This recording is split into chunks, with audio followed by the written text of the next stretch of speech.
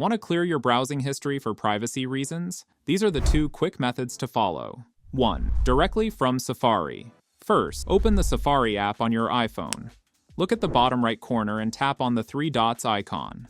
From the menu, tap on Bookmarks. At the top section, tap on the History icon. It looks like a small clock. Now you'll see your complete browsing history.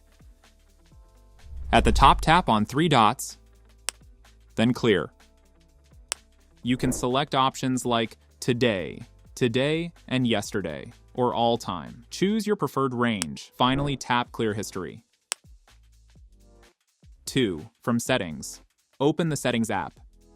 Scroll down and tap on Apps. Scroll down until you find Safari, then tap on it. Look for the option that says Clear Data and Browsing History. Tap on it. You'll again see different time range options. Today, Today, and Yesterday. All Time. Select the range you want, then tap Clear History. In this way, you can clear your Safari history.